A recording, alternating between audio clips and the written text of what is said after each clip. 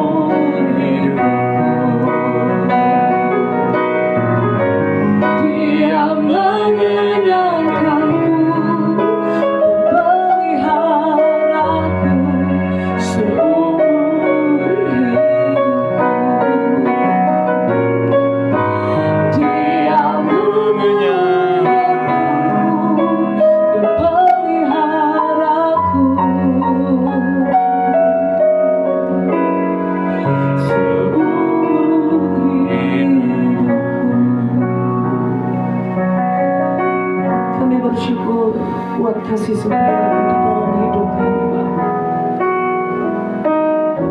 Engkau yang memelihara kami, Engkau yang mengenyangkan setiap jiwa kami, Engkau yang melindungi, memberkati kami, Tuhan. Kami bersyukur, kami berterima kasih buat anugerah, buat tangan kemurahan-Mu yang menyertai kami sampai saat ini, Tuhan. Dan kami tahu kami ada sampai hari ini bukan karena kuat dan gagah kami, tetapi semata-mata hanya karena oleh kasih karunia-Mu di dalam hidup kami. Kami kembali memberi hidup kami kepadamu di malam hari ini, Tuhan. Kami mau di sepanjang tahun ini biar kebenaran firman-Mu yang menjadi dasar di dalam hidup kami, Bapa. Firman-Mu yang menuntun, yang menjadi pelita terang ketika dunia tidak memberi kami kepastian.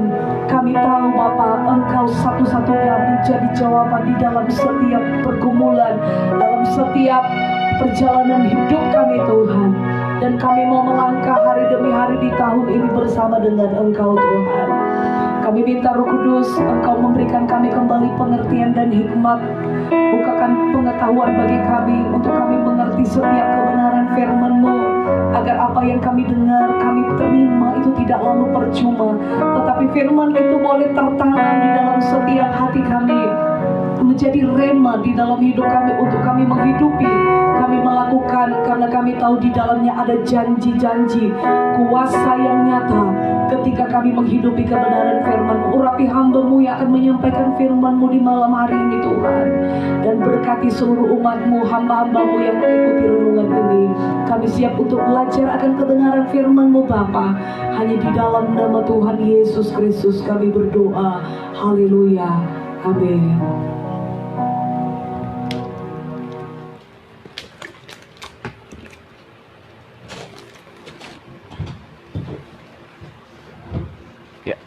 Puji bagi nama Tuhan, malam hari ini kita bersyukur kepada Tuhan. Saudara yang dikasihi oleh Tuhan, syukur jemaat Tuhan, bahkan semua yang ikut bersama-sama dengan kita dalam perenungan malam hari ini.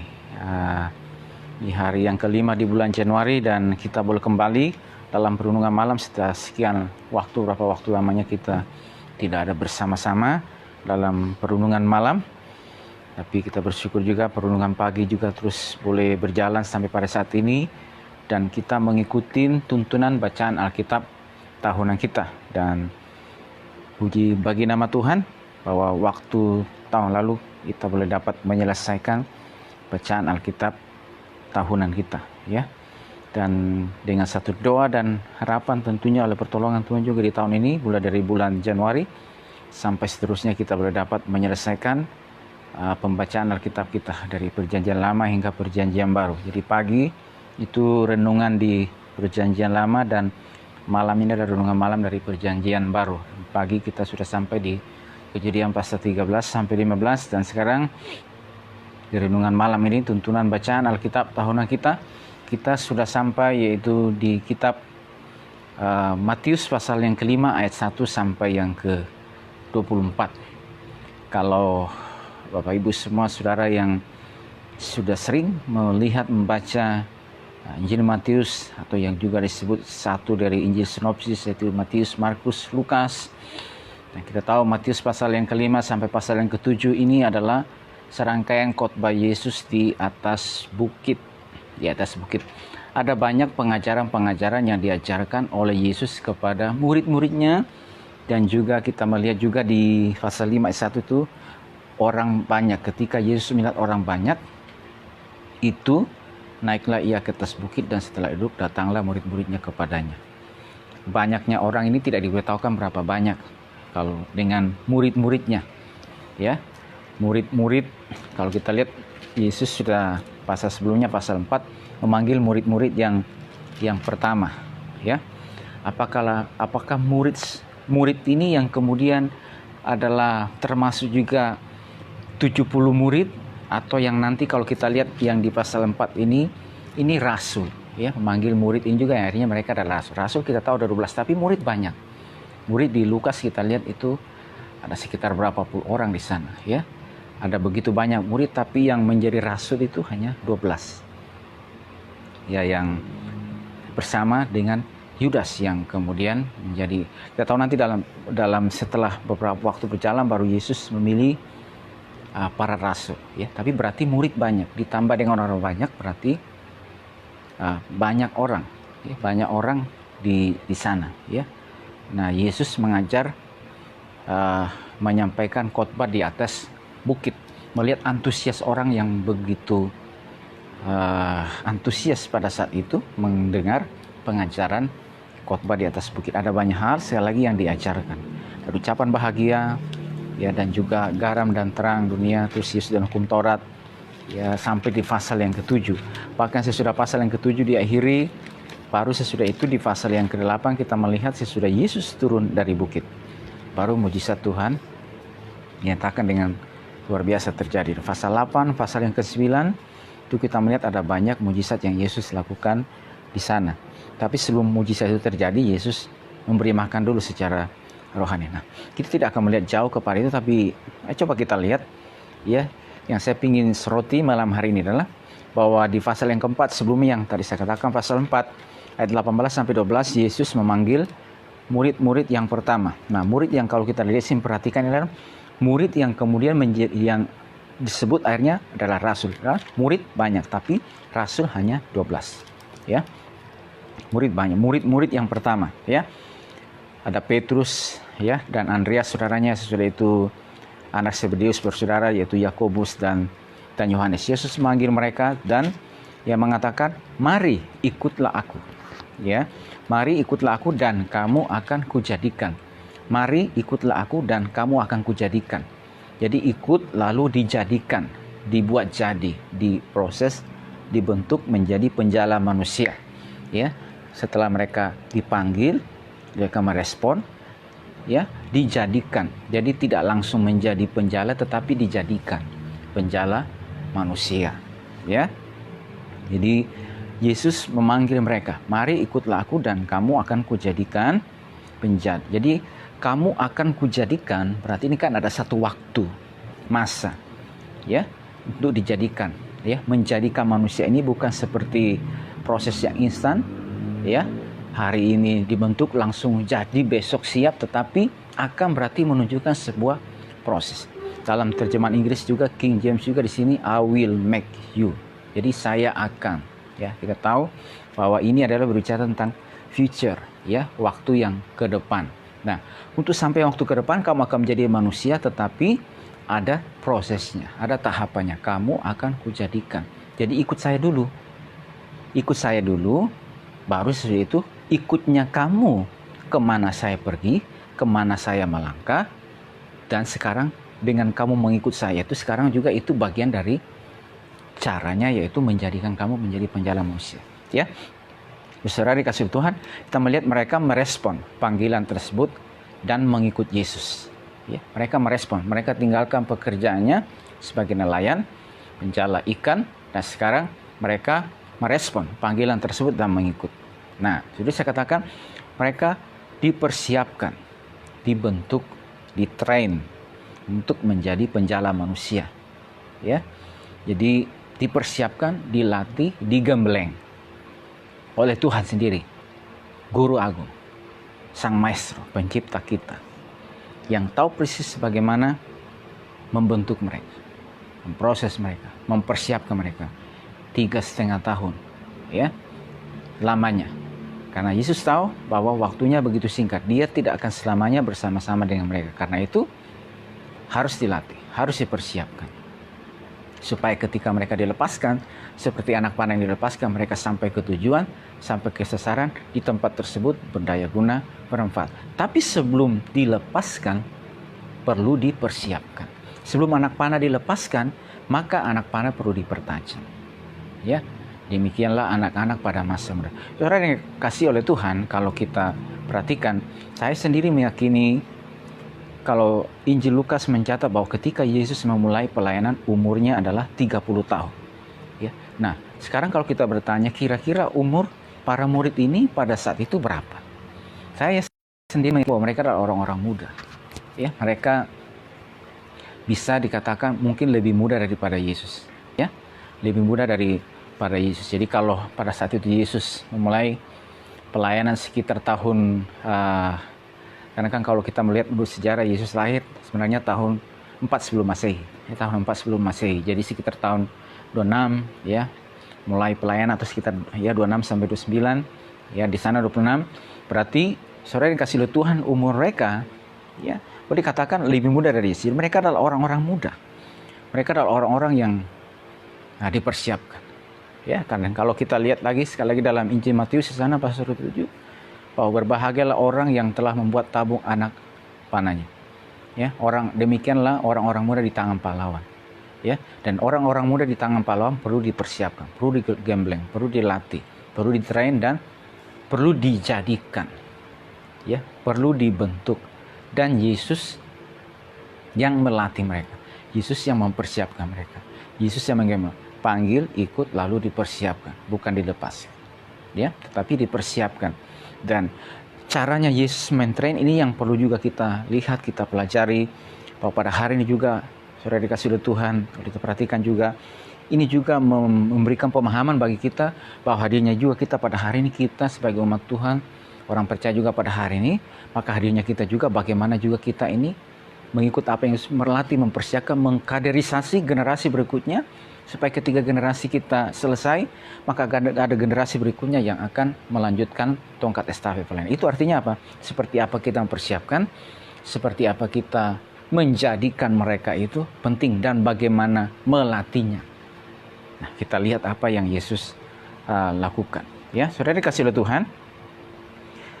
Saya ingin katakan, lihat bahwa habis itu ayat 23 sampai yang ke 25.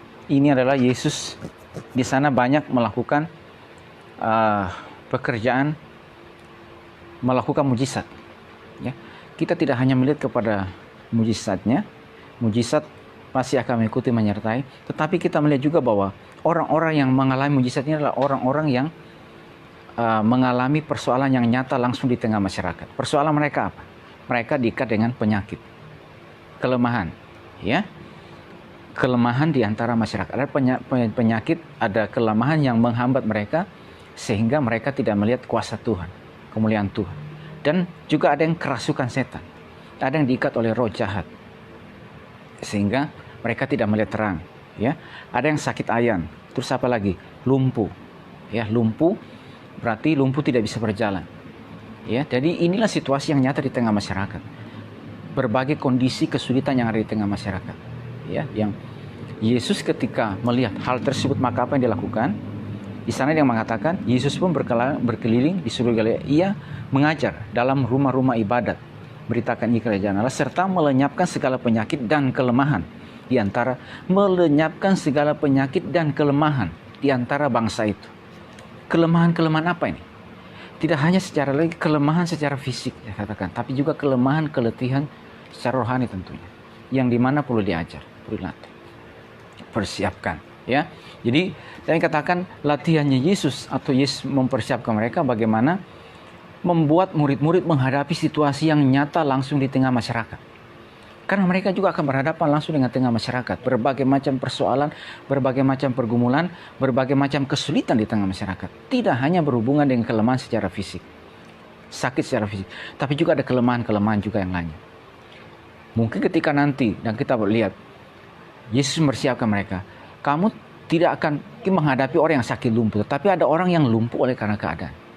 Yang dimana seharusnya dia bisa menghasilkan sesuatu, dia bisa ini sesuatu, tetapi oleh karena keadaan, oleh karena situasi, melumpuhkan dia, melumpuhkan pikirannya, melumpuhkan hatinya, sehingga orang yang pasrah dengan keadaannya, sehingga dia tidak pernah tahu bahwa dia adalah ciptaan Tuhan yang mulia, ya, dari latar belakang apapun, dari apakah seperti nelayan yang pekerjaannya nelayan, uneducated. Nanti kita lihat dalam Kisah Rasul pasal 4, ahli-ahli Taurat mereka melihat Petrus dan Yohanes ini uneducated, di sana dikatakan tidak berpendidikan, tetapi mereka sekarang berbicara seperti orang yang terdidik.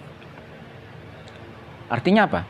Mereka kasih Tuhan, mereka berbicara melebihi kapasitas mereka, melebihi pekerjaan mereka. Kalau mereka berbicara soal tangkap ikan, waktu yang tepat, ya, angin bagaimana indah seterusnya, itu bagian mereka.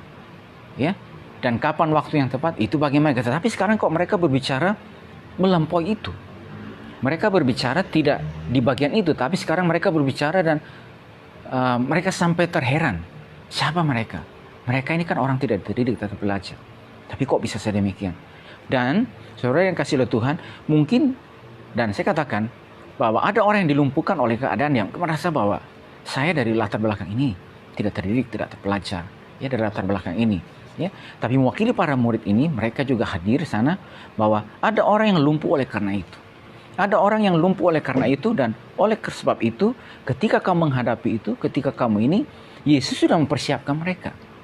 Yesus mentrain mereka. Sang Guru Agung itu mentrain mereka menghadapi situasi nyata langsung di tengah masyarakat. Dia memberitakan Injil Kerajaan, ya, jadi melenyapkan segala penyakit dan kelemahan, segala penyakit yang merintangi, yang menghalangi. Ya, apakah ini penyakit kelemahan secara fisik?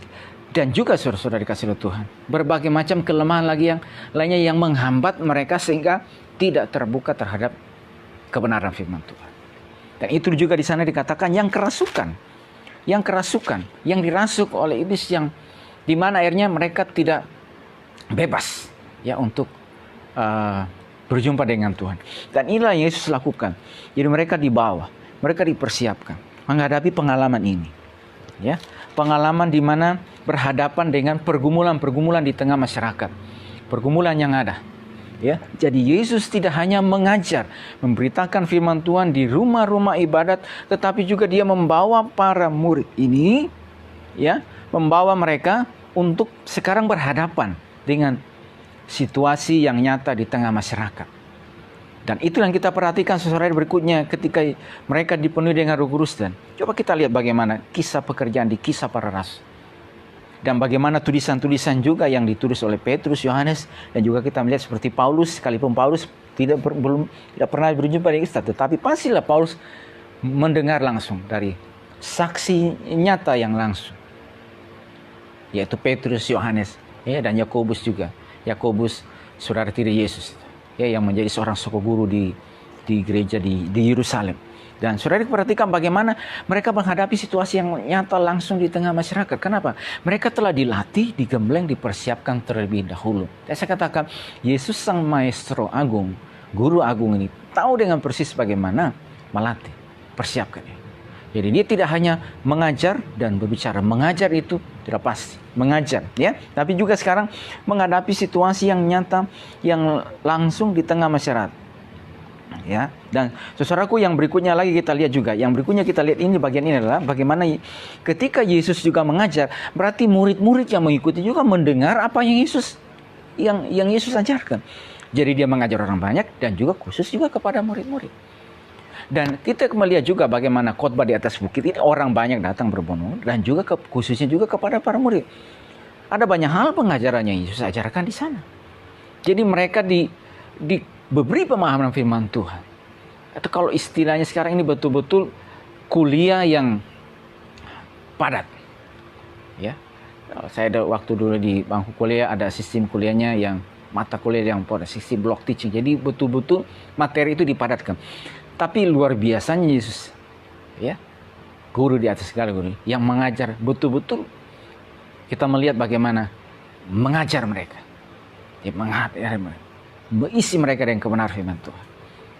Ucapan berbahagia, garam dan terang, ya, tentang apa lagi? Jangan khawatir, tentang membunuh, tentang banyak hal, memberi sedekah, hal berdoa, hal berpuasa, dan juga yang banyak lagi juga yang lain. Ketika Yesus mengajar orang banyak itu, murid-murid juga mendengar.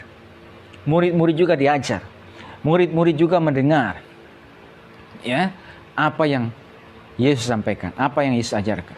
Ya, dan saudara dikasih oleh Tuhan, mereka dididik. Jadi dilatih secara pemahaman kebenaran firman Tuhan.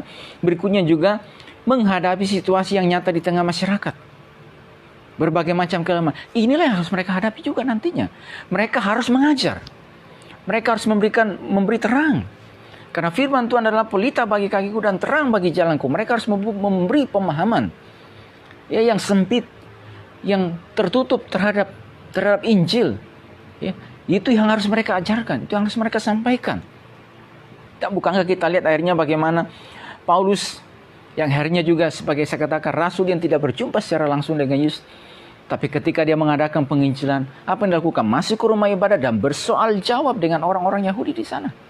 Dia ingin membuka mata rohani mereka. Dan Paulus mengatakan bahwa mereka mengejar Tuhan tanpa pengetahuan pemahaman yang benar. Dan itulah sebabnya bagaimana sekarang oleh hikmat yang Tuhan berikan kepada dia, dia berbicara, bersoal jawab supaya membuka pemahaman mereka terhadap Injil, terhadap Yesus, bahwa dia adalah Mesias yang dinubuatkan, yang dijanjikan dalam hukum Taurat mereka, mulai dari Musa sampai ke para nabi. Dan juga korban-korban itu melambangkan tipologi tentang pengorbanan Tuhan Yesus Kristus. Itu yang ingin diajarkan supaya mereka bisa menerima dia. Ya, jadi firman Tuhan, mereka dipenuhi dengan firman Tuhan. Jadi Yesus langsung mengajar mereka. Ya, intensif diajar. Bahkan kalau kita lihat sampai kita lihat juga sampai malam, sampai jam malam diajar. Jadi sepanjang waktu mereka diajar. Saya katakan pentingnya juga setiap kehidupan kita pada hari ini juga terus diisi, diajar dengan kebenaran firman Tuhan. Supaya berjalannya waktu, saudara dikasih oleh Tuhan, kita yang tertanam, kita yang mengakar dalam rumah Tuhan, sekarang juga berjalannya waktu, saudara menjadi orang-orang juga yang apa dikatakan firman Tuhan, untuk memproklamirkan, untuk memberitakan bahwa Tuhan itu benar dan tidak ada kecurangan atas apa yang dilakukan, baik secara pemahaman, pengetahuan, kebenaran firman Tuhan yang Tuhan anugerahkan kepada setiap kehidupan kita. Oleh karena kita terlebih dahulu diajar, dididik. Oleh karena saudara dan saya ini terus memakan makanan rohani, kebenaran firman Tuhan. Dan ketika saudara dilepaskan, kita ke Tuhan taruh ada di mana, di tempat tersebut. Saudara menjadi orang-orang yang berdaya guna, bermanfaat, memberikan pemahaman, ya, memberikan penerangan kepada ada begitu banyak orang, kepada mereka yang lemah pemahaman imannya, kepada mereka yang dilumpuhkan oleh keadaan, oleh karena berbagai macam situasi, kepada mereka yang mengalami kelemahan dalam berbagai hal, sehingga mereka akhirnya lemah, dilemahkan oleh karena keadaan yang ada. Dan hadirnya kita ini, firman Tuhan memberikan jalan, memberikan kekuatan, membuat orang yang tidak produktif, orang yang lumpuh, dilumpuhkan oleh karena mereka bisa bangkit. Oleh karena apa, saudara yang kasih oleh Tuhan, kita terlebih dahulu juga telah mengalaminya. Saudara terlebih dahulu telah dipersiapkan. Karena itu saudara yang dikasih oleh Tuhan, bawa terus hati saudara hidup benar untuk diisi, dilengkapi dengan kebenaran firman Tuhan, untuk diajar. Ya, diajar. Dan sekalipun firman Tuhan yang kita pelajari ini ada yang mendidik, ada yang menegur, bahkan ada yang seperti api yang ingin membakar, ada yang menghancurkan hal-hal yang keras, relakanlah hatimu. Itu kita terima setiap didikan firman Tuhan. Supaya sekali lagi berjalannya waktu ini kita juga dikatakan oleh kitab Ibrani, disinjau dari sudut waktu. Sudah seharusnya kamu menjadi pengajar, tetapi kamu masih memerlukan asas-asas pokok dari pengajaran karena tidak mengalami pertumbuhan. Harusnya berjalannya waktu dan ditinjau dari sudut waktu, kamu juga sudah bisa untuk mengajar. Dan para murid yang kita dipersiapkan, mereka juga akhirnya saya katakan orang-orang yang umur 30-an setelah Yesus ya, naik ke surga dan Roh Kudus dicurahkan bagi mereka. Saudara perhatikan, akhirnya mereka pada umur yang ke-30-an ini, mereka juga akhirnya ketika mereka dilepaskan di tempat tersebut, kita perhatikan luar biasa, gereja terbentuk. Dan saudara yang dikasih oleh Tuhan, bagaimana juga para murid-murid ini, para rasul ini, ya, dan saya katakan juga saudara dikasih Tuhan, ketika kita melihat seorang yang bernama Silas. Orang bernama Silas, kita baca Kisah Rasul pasal pertama sampai pasal namanya di sana tidak ada. Ya, tetapi nama tidak ada, tidak saudara, bukan berarti orangnya tidak. Orangnya ada, dia sudah melakukan sesuatu, tetapi belum dilihat. Nanti ketika ada persoalan di Antioquia, Paulus dan Barnabas ke Yerusalem, lalu ada sidang di Yerusalem, lalu diutus kembali, maka salah satu yang diutus untuk ke sana adalah Silas. Dan kalau kita lihat catatan, sebenarnya Silas ini kapan pertobatannya? Tidak jelas, tapi ada yang menulis mengatakan kemungkinan besar dia juga itu adalah salah satu dari 70 murid yang diutus berdua dalam Injil Lukas. Ya, dia tidak masuk dalam golongan yang dipilih sebagai rasul, tapi perhatikan dia melakukan pelayanan kerasulan yang luar biasa. Bahkan juga di sana dikatakan Yudas dan Silas adalah seorang nabi juga. Saudara yang dikasih oleh Tuhan, bahwa ketika mereka diajar, ya mereka dipersiapkan, dan akhirnya ketika Yesus selesai dan waktunya tiba, ternyata orang ini juga berperanan luar biasa menjadi tiang yang kuat dalam pelayanan pekerjaan Tuhan yang ada di Yerusalem. Dan ketika ada masalah yang pelik yang ada di Antioquia, oleh karena bagaimana pengajaran bahwa orang non-Yahudi harus disunat supaya diselamatkan, dan itu menggoyangkan. Hanya ketika sidang mengambil keputusan, Yudas yang diutus. Dan ketika mereka mendengar berita dan juga ada 2 saudara yang diutus ini, mereka jadi terhibur, jadi tenang. Hingga mereka tidak digoyahkan oleh keadaan yang ada. Nah, saudara yang dikasih oleh Tuhan, apa yang kita ingin lihat? Bahwa mereka dipersiapkan, diajar. Ya. Jadi setelah mereka ini dipanggil, mereka ikut. Lalu Yesus mempersiapkan mereka. Diajar dengan kebenaran firman Tuhan. Matius pasal 5 dan seterusnya diajar. Dididik. Ya, berikutnya menghadapi persoalan yang nyata di tengah masyarakat. Ya, melenyapkan penyakit. Dan berikutnya kita perhatikan melewati atau menghadapi pengalaman yang berbeda-beda. Pengalaman apa saudara dikasih oleh Tuhan? Kita menantikan bagaimana di fase yang keempat sebelumnya menyusur pantai Danau Galilea. Ya, dia di sana mengatakan di daerah Galilea, Yesus pun berkeliling di seluruh Galilea, mengajar dalam rumah-rumah ibadat. Habis itu juga sebenarnya di ayat 18 Yesus berjalan menyusur Danau Galilea, ya, melihat 2 orang. Lalu sesudah itu mereka dipanggil, lalu sekarang ia berjalan di seluruh daerah Galilea. Jadi Yesus membawa mereka untuk menghadapi pengalaman-pengalaman yang berbeda di tengah masyarakat, ya, di Danau Galilea. Sesudah itu menyusur daerah Galilea, mengajar. Dan di tempat-tempat yang berbeda ada persoalan juga yang berbeda-beda. Ada pengalaman-pengalaman yang berbeda. Titik yang berbeda, pengalaman yang berbeda. Terkadang pun juga Tuhan bawa kita seperti itu. Di titik ini ada pengalaman yang berbeda. Di titik ini juga pengalaman. Tapi tahukah saudaraku yang dikasih oleh Tuhan? Sebenarnya ini juga cara Tuhan juga. Itu melatih kehidupan kita supaya kita diberkahi dengan banyak pengalaman. Tahun yang lalu kita mengalami musim yang berbeda. Tahun ini musim yang berbeda. Tahun berikutnya saudara berbeda. Tetapi saudara dikasih oleh Tuhan, terkadang ada titik-titik juga yang berbeda yang Tuhan bawa di setiap kehidupan kita. Pengalaman ini begitu pelik, saya menangui, tetapi Tuhan menolong. Ada pengalaman lagi yang berikutnya, ada tantangan lagi yang berikutnya, ada situasi lagi yang berikutnya. Sekalipun dia menghadapi dengan situasi yang nyata langsung di tengah masyarakat, ya, saudara dikasih oleh Tuhan, tetapi bagaimana seorang guru yang agung ini yang dikasih oleh Tuhan mengajar mereka untuk terus maju memberitakan firman Tuhan. Ada tantangan, ada apa saja, terus mengajar mereka.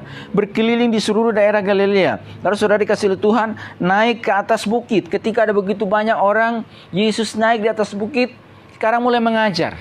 Ya, dan berikutnya apa lagi? Orang banyak berbondong-bondong mengikuti dia.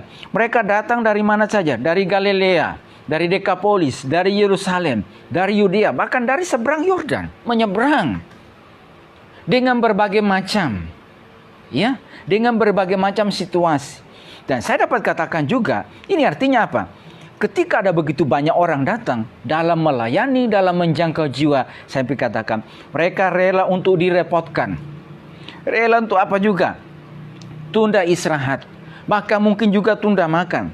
Ya, tetapi bagaimana sekarang mereka memikirkan keselamatan jiwa-jiwa, memberi mereka makan firman Tuhan. Sekarang ada begitu banyak orang yang datang. Dan begitu banyak juga ini pasti begitu merepotkan. Dan ternyata juga Yesus sedang mengajar mereka. Ya, menjadi penjala manusia rela untuk direpotkan. Menjadi penjala manusia ketika ada begitu banyak orang butuhkan pelayanan. Maka sekalipun itu adalah sesuatu yang sangat merepotkan. Tetapi oleh karena pelayanan harus dikerjakan, harus dilakukan. Mereka kasih Tuhan, kita melihat juga bagaimana ketika Yesus dan murid-muridnya menepi dan mau seorang diri saja, mungkin mereka mau santai, tiba-tiba ada berapa ribu orang datang. Ya, mau santai sejenak, mau ini sejenak, mereka udah rela untuk dilepaskan. Ya, inilah pelayanan penjangkauan jiwa. Dan saya katakan, inilah cara Yesus untuk menjadikan mereka. Kamu menjadi penjala manusia, kamu menjadi berkat. Kamu mau menjadikan supaya mereka ini orang-orang yang tidak ada harapan, orang-orang yang dalam kesulitan, orang-orang yang dikuasai, orang-orang yang dirasuk oleh setan, orang-orang yang lumpuh. Sekarang mau menjadikan mereka supaya mereka menjadi orang-orang yang berdaya guna, orang-orang yang melihat kebenaran, orang-orang yang diselamatkan. Ini loh yang harus dilakukan. Ini loh yang harus dikerjakan. Dan terkadang kamu harus rela untuk melakukan hal yang seperti ini. Inilah cara Yesus menghadapi situasinya. Saudara yang dikasih oleh Tuhan, setiap kehidupan kita juga yang ada pada malam hari. Saya ingin katakan juga, Tuhan juga membawa setiap kehidupan kita juga untuk menghadapi pengalaman-pengalaman yang berbeda. Dan di dalam setiap bagian kehidupan kita juga, saya katakan bahwa setiap kehidupan kita sebagai orang percaya, amanat agung itu berlaku bagi setiap kehidupan kita, orang-orang yang percaya kepada Tuhan.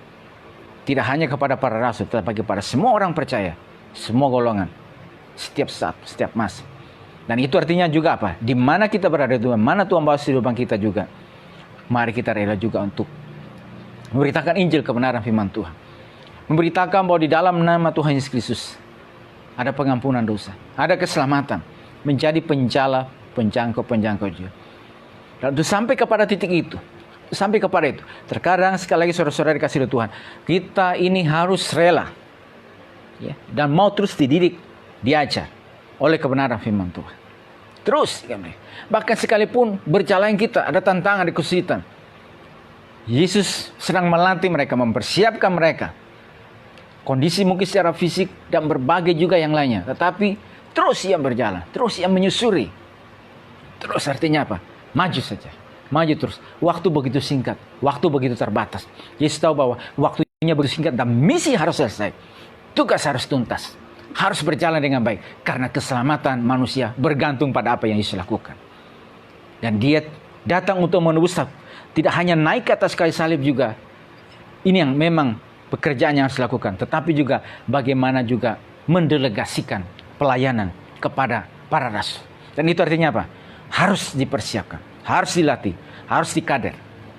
Harus dan mengkadernya, ku akan kujadikan ini. Inilah cara Yesus. Inilah cara Tuhan. Inilah cara guru yang agung untuk melatih mereka, mempersiapkan mereka. Dan kita juga ada pada hari ini. Kalau kita taruh juga saudara dan saya ada pada hari ini juga. Berjalannya kita, waktu yang kita jalani. Mereka sudah Tuhan juga mau supaya kita juga mengikuti cara dia. Bagaimana mempersiapkan dulu. Karena itu kalau saudara-saudara yang kasih oleh Tuhan menghadapi pengalaman-pengalaman yang berbeda pada hari ini, pada saat ini. Kuatkan setiap hati saudara. Kita percaya selalu ada Tuhan yang menolong, menyertai setiap pengalaman-pengalaman tersebut. Dan saudara yang utama, relakan hati, hidup kita untuk diisi kebenaran firman Tuhan. Sukar boleh ada, tentangan boleh ada, tetapi juga terus semangat, pantang menyerah. Terus memiliki iman yang kuat kepada Tuhan. Bahwa saudara dan saya sekarang sedang berjalan di jalan yang benar, on the track. Mau menuju ke sana ini memang pintu yang sempit, tetapi oleh karena saudara sudah diyakinkan, Roh Kudus memberikan keyakinan kepada setiap kehidupan kita. Dan saudara berjalan. Tidak saya sekarang ada jalan. Kalaupun ada kesulitan, saya percaya Tuhan pasti menolong. Tuhan pasti menyertai. Tuhan pasti akan menolong. Sehingga kita boleh diisi dengan banyak hal. Pengalaman kehidupan. Secara pengetahuan firman Tuhan. Pengalaman juga. Dan terkadang juga saudara kasih Tuhan. Pada hari ini juga mungkin rela untuk direpotkan. Atau yang lebih dikatakan juga rela untuk zona nyaman kita dibongkar. Rela untuk zona nyaman kita dibongkar supaya kita menjadi orang yang gesit. Menjadi orang yang cekatan. Menjadi orang yang selalu siap. Katakan terhadap apapun yang diberikan percaya kepada kita. Karena itu kalau misalnya ada bagian-bagian kecil yang dipercayakan kepada saudara dimanapun Tuhan taruh kepada kehidupan kita. Terkadang mungkin kita merasa Tuhan, saya ingin rea sejenak, saya ingin sejenak. Tapi ketika ada itu datang, saudara dikasih oleh Tuhan, kita mengatakan yes, siap, sigap. Untuk kemuliaan begini. Supaya kita dilatih dari hal-hal ini. Rela untuk sigap. Ya, rela untuk ini. Dan kalau kita lihat akhirnya mereka para murid, para rasul ini menjadi orang-orang sigap. Karena apa? Karena mereka sudah dipersiapkan, sudah ditanamkan. Dan ini perlu dibiasakan, ini perlu dibudayakan. Kalau sudah dibudayakan berikutnya, saudara dikasih Tuhan, tidak akan susah. Alangkah susahnya bagi orang yang misalnya tidak pernah mau membudayakan ini. Sangat susah. Sesuatu yang sudah membudaya akan menjadi karakter ini, menjadi satu kebiasaan dia. Sehingga sekalipun musuh saudara kasih oleh Tuhan, ada begitu banyak hal dalam pelayanan ini, rela untuk direpotkan dan seterusnya. Tapi oleh karena kesigapan yang telah dia Tuhan taruh dalam hidupnya, dia menjadi orang yang selalu sigap. Bagaimana untuk keselamatan jiwa-jiwa, bagaimana untuk melayani, dan supaya orang-orang yang ada yang mengalami berbagai macam situasi di tengah masyarakat, mereka boleh ditolong oleh Tuhan, mereka boleh melihat kemuliaan Tuhan, dan mereka boleh melihat firman Tuhan. Nah saudara dikasih oleh Tuhan juga, bagian berikutnya juga kita juga belajar bahwa kita juga bagaimana mendelegasikan, bagaimana mempersiapkan generasi kita berikutnya. Apakah juga itu di tengah-tengah keluarga, bagaimana di dalam keluarga anak-anak harus dilatih, dipersiapkan. Dan juga anak-anak secara rohani dipersiapkan. Ya, supaya mereka juga menjadi orang-orang yang sigap. Mereka juga orang-orang yang ketika saya katakan tadi dilepaskan, sebagaimana firman Tuhan katakan, mereka ditaruh di mana? Mereka Tuhan tempatkan di mana? Diutus kemana? Ditaruh di mana? Di masyarakat, di tempat kerja, di mana saja berada. Di tempat tersebut mereka berdaya guna bermanfaat. Seperti anak panah yang dilepaskan, Tuhan taruh kemana? Di tempat tersebut berdaya guna.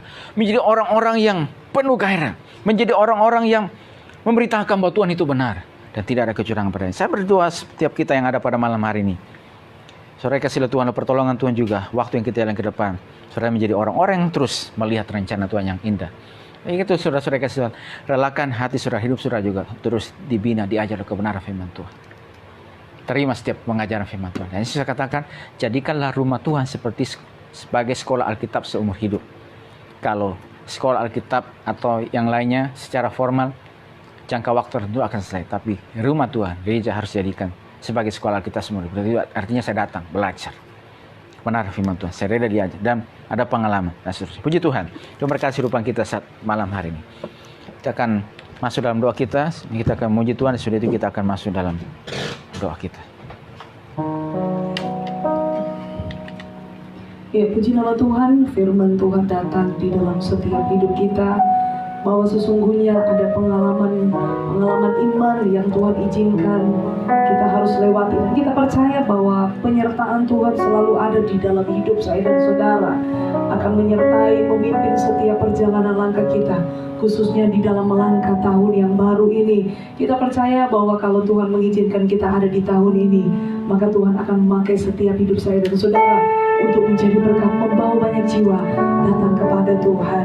Mari kita sama-sama bersyukur pada malam hari ini. Kita mau katakan kepada Tuhan, jalan-Mu tak tersalah bagi kami Tuhan, tapi satu yang kami percaya, bahwa penyertaan-Mu itu sempurna bagi hidup kami. Rancangan-Mu itu mendatangkan damai sejahtera bagi kami semua. Terima kasih Tuhan.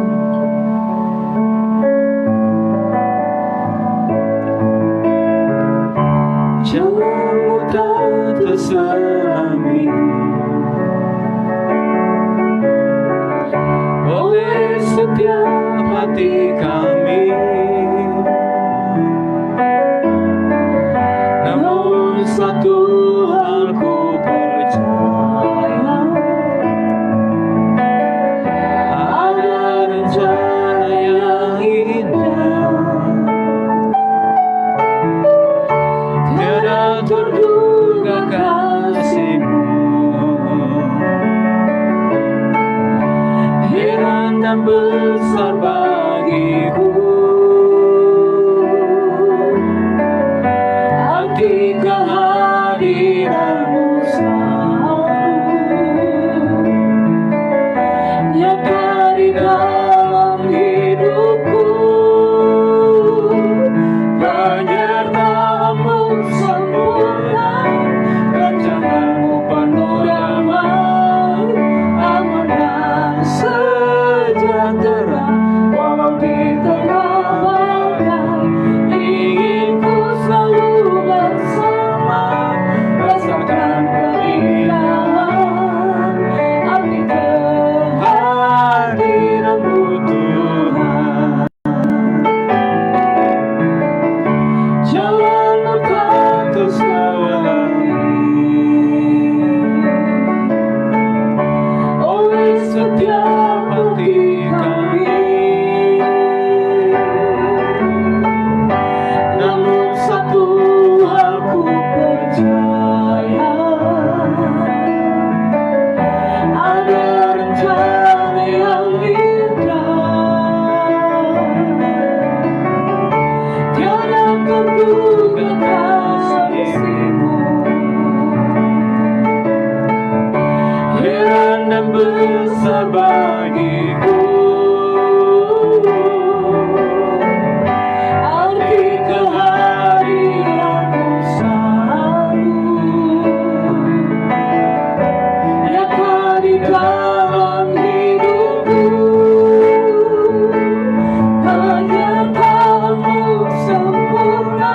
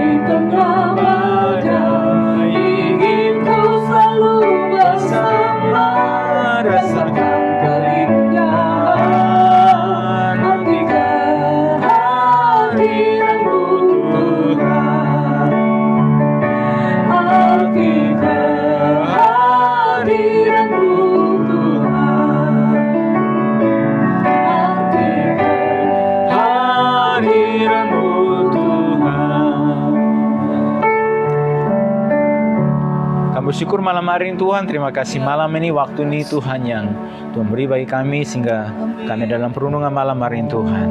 Terima kasih buat firman-Mu Tuhan yang kami bisa lihat, pelajari bersama-sama Tuhan. Sesungguhnya Tuhan kami sedang ada pada hari ini dan dilatih, dipersiapkan oleh Tuhan menjadi alat-alat pemberita firman-Mu ya Tuhan, pemberita kebenaran-Mu ya Tuhan. Karena itu kami perlu dilatih, dipersiapkan ya Tuhan, baik secara pengetahuan kebenaran firman Tuhan dan juga menghadapi situasi-situasi yang nyata di tengah masyarakat dan pengalaman-pengalaman yang berbeda Tuhan. Ada banyak hal yang Tuhan izinkan kami lewati, hadapi Tuhan.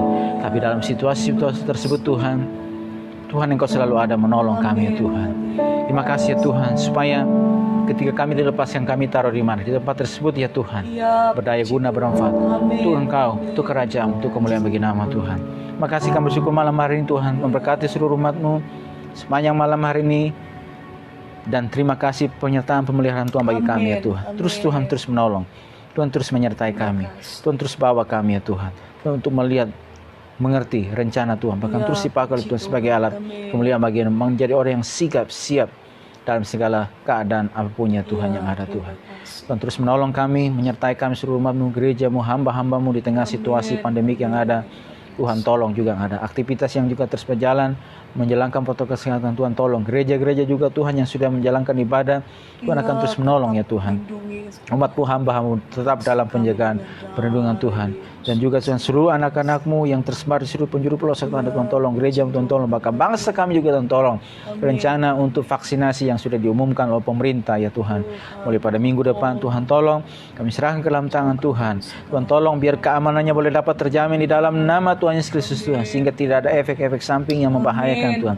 Tapi ini satu cara untuk memutus mata rantai penyebaran dari COVID ya Tuhan, di mana seorang pun yang bangsa manapun tidak akan bisa, tapi kami percaya oleh Tuhan yang akan menolong semuanya di dalam nama Tuhan, dan dengan hikmah yang Tuhan berikan kepada anak-anak, kepada mereka yang ada sana Tuhan, bagaimana untuk menemukan vaksin solusi atas ini. Tapi lebih daripada Tuhan, semuanya boleh berharap dan bersandar kepada Tuhan menolong semuanya sehingga semuanya boleh berjalan dengan baik. Pemerintah yang ada, mereka yang ditunjuk untuk melakukan, Tuhan tolong. Para penerima vaksin juga Tuhan tolong, mulai di kepala negara sampai seluruh jajaran, Tuhan tolong semua.